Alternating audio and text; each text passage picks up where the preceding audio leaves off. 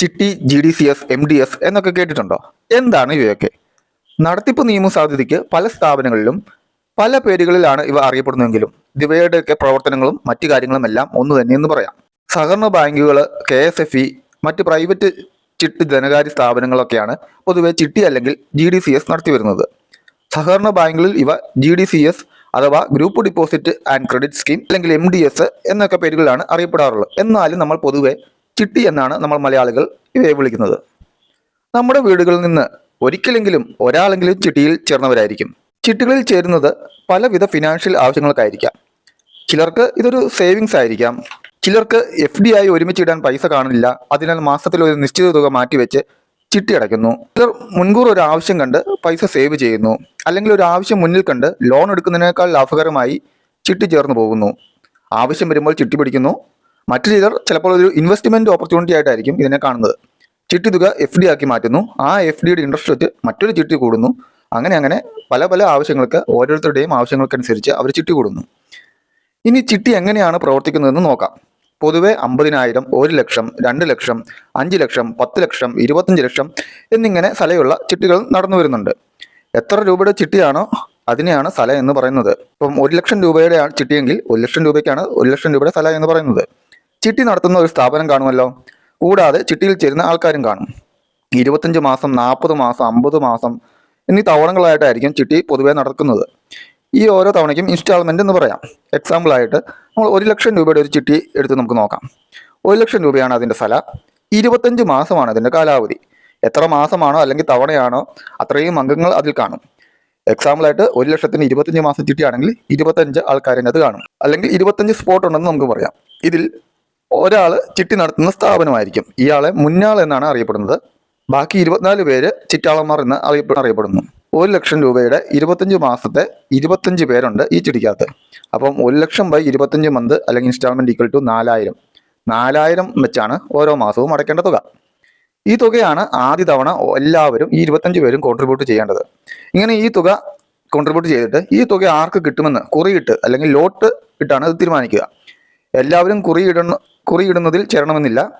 അത്ര ആവശ്യമുള്ളവരായിരിക്കും കുറിയിട്ട് ലഭിക്കാനായിട്ട് ആഗ്രഹിക്കുന്നത്. ആർക്കാണോ ലോട്ട് വീഴുക അവർക്ക് ആ പൈസ ലഭിക്കും. എന്നാൽ ഇയാൾക്ക് ആ 1 ലക്ഷം രൂപയും മൊത്തം ലഭിക്കത്തില്ല.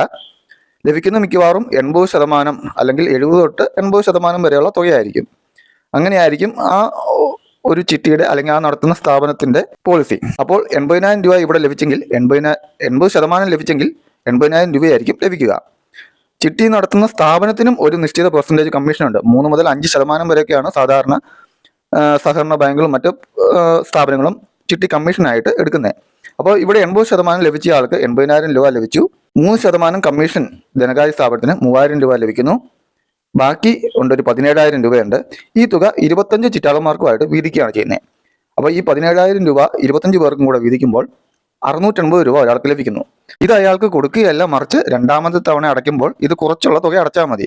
അതായത് 4,000 രൂപയാണ് ഒരു തവണ അടയ്ക്കേണ്ടത്. അതിൻ്റെ അകത്തുനിന്ന് ഈ 680 രൂപ കുറച്ചടിച്ചാൽ മതി. അതായത് ഈ 680 രൂപ എന്ന് പറയുന്ന പേരാണ് വീത പലിശ എന്ന്. അപ്പോൾ അടുത്ത തവണ അടയ്ക്കേണ്ടത്, രണ്ടാമത്തെ തവണ അടയ്ക്കേണ്ടത് 3,320 രൂപയാണ്. ഇങ്ങനെ രണ്ടാമത് തവണ 3,320 രൂപ വെച്ച് 25 പേര് കോൺട്രിബ്യൂട്ട് ചെയ്യുന്നു. അപ്പോൾ 83,000 രൂപയായി. ഇതിൽ 3,000 ബാങ്ക് കമ്മീഷൻ ആവുന്നു. 80,000 കുറി ലഭിക്കുന്ന വ്യക്തിക്ക് ലഭിക്കുന്നു. അങ്ങനെ ഈ ഒരു പ്രോസസ്സ് കണ്ടിന്യൂ ചെയ്തു പോകുന്നു. എന്നാൽ എല്ലാവരും ഈ കുറിയിട്ട് ചൂസ് ചെയ്യാൻ ആഗ്രഹിക്കുന്നില്ലെന്ന് നമ്മൾ നേരത്തെ പറഞ്ഞു. കാരണം പലരും പല ലക്ഷ്യത്തോടു കൂടിയാണ് ചിട്ടിയിൽ ചേർന്നിരിക്കുന്നത്. ചിലർ വളരെ ആവശ്യക്കാരാണ്, എന്നാൽ ചിലർക്ക് വലിയ അത്യാവശ്യമില്ല, ചിലർക്ക് ഇൻവെസ്റ്റ്മെന്റ് പ്ലാനാണ്. സോ കുറച്ച് ഇൻസ്റ്റാൾമെന്റ് കഴിയുമ്പോൾ ഈ ലോട്ടിൽ പങ്കെടുക്കാനുള്ള ആൾക്കാർ തീരും. സോ ഇനി ഇതിൽ പങ്കെടുക്കാത്ത ആൾക്കാരുടെ ഊഴമാണ്. അവരതിനെ ലേലത്തിലാണ് വിളിക്കുന്നത്. ഏറ്റവും കൂടുതൽ തുക വിളിക്കുന്നതാരോ അവർക്ക് ലേലം ഉറപ്പിക്കും. ലേലം എന്ന പ്രൊസീജിയർ ഇങ്ങനെയാണ്. അതായത് ബാങ്ക് അല്ലെങ്കിൽ ചിട്ടി നടത്തുന്ന സ്ഥാപനത്തിന്റെ കമ്മീഷൻ തുക ഇവിടെ 3,000 രൂപയാണെന്ന് പറഞ്ഞു, 3%. ഇതിൽ നിന്നാണ് ചിട്ടിയുടെ ലേലം വിളി ആരംഭിക്കുകയാണ്. ഏറ്റവും ഉയർന്ന തുക ലഭിക്കുന്ന വ്യക്തിക്ക് ആ ലേലം ഉറപ്പിക്കും. സാധാരണ കോമൺ ആയിട്ട് ലേലം എങ്ങനെയാണോ നടക്കുന്നത് അതുപോലെ തന്നെ. അപ്പോൾ ഇവിടെ പക്ഷേ ലേലം വിളിക്കുന്നതിന് ഒരു മാക്സിമം ലിമിറ്റ് ഉണ്ട്. അതായത് മിനിമം 80% തുകയെങ്കിലും ലേലം വിളിക്കുന്ന വ്യക്തിക്ക് കുറിയായാലും ലേലമായാലും ലഭിക്കും.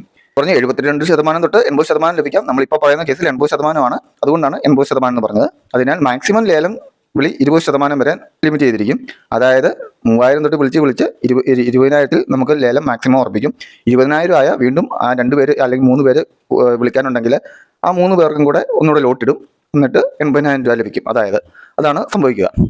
അപ്പോൾ ചിട്ടിയിൽ പിടിക്കാൻ ഇവിടെ കുറച്ച് പേരുണ്ട്. അവർ തമ്മിൽ ലേലം വിളി തുടങ്ങി. ഒടുവിൽ 8,000 രൂപ വരെ എത്തി. അത് കഴിഞ്ഞ് പിന്നെ ആരും വിളിക്കുന്നില്ല. അപ്പം മാക്സിമം വിളിച്ചേക്കുന്നത് 8,000 രൂപയാണ്. ആ വിധിക്ക് 8,000 രൂപയ്ക്ക് ലേലം ഉറപ്പിച്ചിരുന്നു.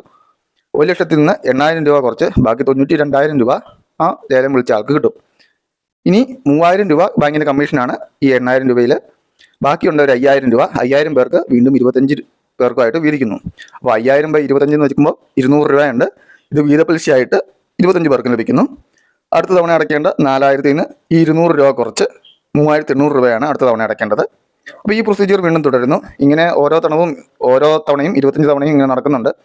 25 പേർക്കും ചിട്ടി ലഭിക്കുന്നുണ്ട്. കറക്റ്റായിട്ട് അടച്ചു പോവുക. പിന്നെ എല്ലാവർക്കും പല തുകയായിരിക്കും ലഭിക്കുന്നത്. കാരണം ഓരോ പ്രാവശ്യം ലേലത്തിനനുസരിച്ച് കൂടിയും കുറഞ്ഞു വരാം. അപ്പോൾ അങ്ങനെ ഓരോരുത്തർക്കും ലഭിക്കുന്നുണ്ട്. അങ്ങനെ ലോട്ട് പോകുന്നതുകൊണ്ട് വരെ കിട്ടുന്ന തുകയും അടുത്ത ഇൻവെസ്റ്റ്മെൻറ്റ് തുകയും മാറ്റം വരുന്നില്ല. എന്നാൽ ലേലത്തിൽ തുകകൾക്ക് മാറ്റം വരുന്നുണ്ട്. ഇനി ആദ്യ തവണ ചിട്ടി പിടിച്ച ആൾക്ക് എന്ത് സംഭവിച്ചെന്ന് നോക്കാം. ഒന്നെങ്കിൽ അയാൾക്ക് വളരെ ആവശ്യമുണ്ടായിരുന്ന അയാൾ 80,000 രൂപയ്ക്ക് കുറി കിട്ടി. 24 മാസം ഇനിയുണ്ട്. 80,000 രൂപ അയാളൊരു ലോൺ എടുക്കുകയാണ് സാഹചര്യത്തിൽ നോക്കുക. 12% പലിശയിൽ ലോൺ എടുക്കുകയായിരുന്നു. എങ്കിൽ അയാൾക്ക് 2 വർഷം കൊണ്ട് ബാക്കിയുള്ള 24 തവണ ആകുമ്പോഴേനും 19,200 രൂപ പലിശയാകും. 24 മാസം കൊണ്ട്, അതായത് 80,000 പ്ലസ് 19,200 രൂപ പലിശ 2 വർഷം കൊണ്ടാകുന്നുണ്ട്. 99,200 രൂപ അടയ്ക്കേണ്ടി വരുന്നുണ്ട്. അതേസമയം അയാൾ 80,000 രൂപ കിട്ടിയത് മൊത്തം കൂടെ ഒരു FD ആക്കി വെച്ചു. 8.25% നമ്മുടെ സഹകരണ ബാങ്കിലെ ഇൻട്രസ്റ്റ് റേറ്റ് ഒക്കെ വെച്ച് നോക്കിയാണ് കോപ്പറേറ്റീവ് ബാങ്കിൽ FD ഇട്ടു. എങ്കിൽ 13,200 രൂപ അയാൾക്ക് ഇൻട്രസ്റ്റ് ആയിട്ട് ലഭിച്ചാൽ 93,200 രൂപ ആ ചിട്ടിയുടെ ആ ഒരു ടൈം ലിമിറ്റ് കഴിയുമ്പോൾ അയാൾക്ക് ലഭിക്കും. ഇനി 8,000 രൂപയ്ക്ക് ലേലം വിളിച്ചു. അപ്പോൾ പുള്ളിക്ക് 92 രൂപ കിട്ടി. ഒരു 12ാമത്തെ തവണയാണ് പുള്ളി ലേലം വിളിച്ചെന്ന് എടുക്കുക. അപ്പോൾ ഇനിയുണ്ട് ഒരു 12 അല്ലെങ്കിൽ 13 തവണ. അപ്പോൾ അയാൾക്ക് എന്താണ് സംഭവിച്ചെന്ന് നോക്കാം. 92,000 രൂപ ലഭിച്ചു. ഇനി ഈ ഒരു 92,000 രൂപ അയാൾ 12 മാസം ശതമാനത്തിൽ തന്നെ ലോണായിട്ട് എടുത്തെങ്കിൽ എന്ത് സംഭവിക്കും? 11,040 രൂപയോളം ഇൻട്രസ്റ്റ് ആയിട്ട് അടയ്ക്കേണ്ടി വന്നേനെ. അത് FD ഇടുകയാണെങ്കിൽ 7,590 രൂപ 7,500 രൂപ അല്ലെങ്കിൽ 7,300 രൂപ ഇൻട്രസ്റ്റ് ലഭിച്ചേനെ. അപ്പോൾ ലോൺ എടുത്താണെങ്കിൽ 1,03,000 രൂപ ഈ 12 മാസത്തിനാണ് 1,03,000 രൂപ അടയ്ക്കേണ്ട തിരിച്ചടവ് വന്നേനെ. FD ഇട്ടായിരുന്നെങ്കിൽ 7,590 കൂടെ കൂട്ടി 99,590 രൂപ പുള്ളിക്ക് ലഭിച്ചേനെ. ഇനി ചിട്ടി അല്ലെങ്കിൽ GDCS തീരുമ്പോൾ എത്ര അടവ് വരുമെന്ന് നോക്കിയാണ് ചിട്ടി ലാഭമാണോ നഷ്ടമായത് എന്ന് കണക്കൂട്ടുന്നത്. ഇപ്പോൾ നമ്മുടെ ഈ ഒരു കേസിൽ നമ്മൾ ജസ്റ്റ് ഒരു ഇമാജിനറി കേസാണ്. നമുക്ക് ഒരു 7 തവണ 3,320 രൂപ വെച്ചാണ് അടവ് വന്നതെങ്കിൽ 7 തവണ 3,220 രൂപ വെച്ച് അടവെങ്കിൽ 23,240 രൂപ അടയ്ക്കേണ്ടി വരുന്നു. പിന്നെ ആദ്യത്തെ തവണ നമ്മൾ 4,000 ആണ് അടുത്തത്. പിന്നെ ഏറ്റവും അവസാനത്തെ ഒരു 5 തവണയും ഫുൾ എമൗണ്ട് തന്നെ വന്നെന്ന് ഓർക്കുക. അപ്പം 4 1 5 5 1 6 തവണ ഫുൾ എമൗണ്ട് അടയ്ക്കേണ്ടി വന്നു. അങ്ങനെയാണെങ്കിൽ 6 × 4,000 വെക്കുമ്പോൾ 24,000 രൂപ വരുന്നുണ്ട്. പിന്നെ ഇവിടുത്തെ ഒരു 6 തവണ, ആദ്യത്തെ ഒരു 7 തവണ, 6 7 13, ഇനിയുണ്ട് ഒരു 12 തവണയും കൂടെ ഉണ്ട്. 12 തവണ നമ്മളൊരു ആവറേജ് ഇട്ട് 3,800 രൂപയിൽ ഉറപ്പിക്കുകയാണ്. 3,800 രൂപ 12 മാസം കൂടി അടയ്ക്കേണ്ടി വന്നിട്ടുണ്ടെങ്കിൽ 45,600 രൂപയോളം അങ്ങനെ വരും. അങ്ങനെ ടോട്ടൽ 92,840 93,000 രൂപയോളമാണ് അടവ് വരുന്നത് ഈ ഒരു ചിട്ടി തീരുമ്പോൾ. അപ്പോൾ ഇനി ഒരു കേസ് വേണം നമുക്ക് നോക്കാം. 80,000 രൂപ കുറി ലഭിച്ച ആൾക്ക് അടയ്ക്കേണ്ടി വന്നിരുന്നത് 92,840 രൂപ. അതായത് ഇപ്പം നമ്മൾ കണക്ക് കൂട്ടിയ തുക 93,000 രൂപയാണ് അടയ്ക്കേണ്ടി വന്നിരുന്നത്. 92,840 രൂപ പുള്ളിക്ക് അടയ്ക്കണം. ഇവിടെ കൂടുതൽ അടവ് വന്നത് 12,840 രൂപയാണ്. അതായത് പുള്ളിക്ക് 80,000 രൂപയെ കിട്ടിയുള്ളൂ. പുള്ളി ചിട്ടി തീർന്നപ്പം പുള്ളിക്ക് 12,840 രൂപയും കൂടെ 92,840 രൂപ പുള്ളിയുടെ കയ്യിൽ നിന്ന് അടയ്ക്കേണ്ടി വന്നിട്ടുണ്ട്. അതേസമയം ഇത് പുള്ളി ലോൺ എടുത്തിരുന്നതാണെങ്കിൽ 99,200 രൂപ പുള്ളിക്ക് അടയ്ക്കേണ്ടി വന്നേനെ. അങ്ങനെ നോക്കുമ്പോൾ ചിട്ടി പിടിച്ചത് പുള്ളിക്ക് വളരെ ലാഭമാണ്. ഒരു 6,300 രൂപയോളം പുള്ളിക്ക് ഇൻട്രസ്റ്റിനകത്ത് തന്നെ കൊടുക്കേണ്ട ഇനത്തിൽ ലാഭം വന്നു. ഇനി കേസ് 2-ൽ 92,000 കിട്ടിയ ആൾക്ക്, ലേലത്തിൽ വിളിച്ച ആൾക്ക് ഇതേ സെയിം അടവ് തന്നെയാണ് വന്നിരിക്കുന്നത്.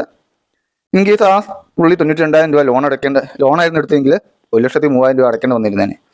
അപ്പോൾ പുള്ളിക്കും ഒരു 9 രൂപയോളം ഇവിടെ ലാഭം വന്നിട്ടുണ്ട്. 9 അല്ല, അതിൽ കൂടുതൽ 10 രൂപയോളം ലാഭം വന്നിട്ടുണ്ട്. ഇതൊരു ജസ്റ്റ് ഒരു മനസ്സിലാക്കുന്ന ഒരു കേസാണ്. എപ്പോഴും ഈ ഒരു തുകയല്ല, തുകയിൽ ലേലം വിളിക്കുന്നതനുസരിച്ചും ചിട്ടിയിലുള്ള ആൾക്കാരുടെയും ആവശ്യവും അവരുടെ ചിട്ടിയിലെ ഓരോ തവണത്തെ അടവും നോക്കി വ്യത്യാസങ്ങൾ വരും. എന്നിരുന്നാലും ഒരു ലോൺ എടുക്കുന്ന ഒരു പർപ്പസിനേക്കാളും വളരെ ലാഭകരമാണിത്. കേസുകളിൽ തന്നെ ഒരു 90% കേസുകളിലും അങ്ങനെ തന്നെയാണ് സംഭവിക്കുന്നത്. പിന്നെ ഇതിൻ്റെ നെഗറ്റീവ് എന്നുള്ളത്, നമ്മൾ ആഗ്രഹിക്കുന്ന തവണയ്ക്ക് തന്നെ നമുക്ക് കുറി അല്ലെങ്കിൽ ലേലം ലഭിക്കണമെന്നില്ല. എന്നിരുന്നാലും നമ്മൾ മലയാളികൾക്ക് എന്നും നല്ലൊരു സാമ്പത്തിക ശീലമാണ് ചിട്ടി അല്ലെങ്കിൽ GDCS സഹകരണ ബാങ്കുകളും KSFE മറ്റ് സ്ഥാപനങ്ങളും നൽകി വന്നിരുന്നത്. അപ്പോൾ ഈ ഒരു ചിട്ടിയിൽ ഇതുവരെ കൂടാത്തവരൊക്കെ ഒരു ഇൻവെസ്റ്റ്മെന്റ് ഓപ്പർച്യൂണിറ്റി ആയിട്ട് ചിട്ടി ഒന്ന് തുടങ്ങി നോക്കാം. 1,00,000-ന്റെ ചിട്ടികളുണ്ട്, 50,000-ത്തിന് ചിട്ടികളുണ്ട്. അപ്പോൾ 1,00,000-ന്റെയോ 50,000-ന്റെയോ 2,00,000-ന്റെയോ ഒക്കെ ചിട്ടി ഒന്ന് സ്റ്റാർട്ട് ചെയ്ത് നോക്കുക. ഒരു ഇൻവെസ്റ്റ്മെന്റ് ഓപ്പർച്യൂണിറ്റി ഇതെങ്ങനെ ഇരിക്കും നോക്കുക. പിന്നെ ചിട്ടി പിടിച്ച് കഴിയുമ്പോൾ നമുക്ക് എടുക്കാനായിട്ട് ഈടുകളൊക്കെ വെക്കേണ്ടി വരുന്നുണ്ട്. ചിലപ്പോൾ നമുക്ക് ഇനി എത്രയാണ് അടയ്ക്കാനുള്ള ആ തുകയായിരിക്കും ചിലപ്പം ഈട് വെക്കേണ്ടത്. ചിലർക്ക് ആൾജാമ്യമായിരിക്കും, പേഴ്സൺ ഷുവറായിട്ട് നിന്നാൽ മതി. ചിലർക്ക് ആ ബാക്കിയുള്ള തുക നമുക്ക് FD ഇട്ടാൽ മതി, ചിലർക്ക് ഗോൾഡ് വെക്കാം. അങ്ങനെ പല പല ഓപ്പർച്യൂണിറ്റീസ് ഉണ്ട്. ചിട്ടി എന്നത് മലയാളികൾക്ക് നല്ലൊരു സാമ്പത്തിക ശീലം കൈവരുത്തുവാൻ ഉപകരിച്ചിരുന്ന ഒരു സംഭവമാണ്. ഈ ഒരു ഇൻവെസ്റ്റ്മെന്റ് പ്രോസസ്സിനെ കുറിച്ചുള്ള അഭിപ്രായങ്ങൾ കമന്റ് ചെയ്യാം.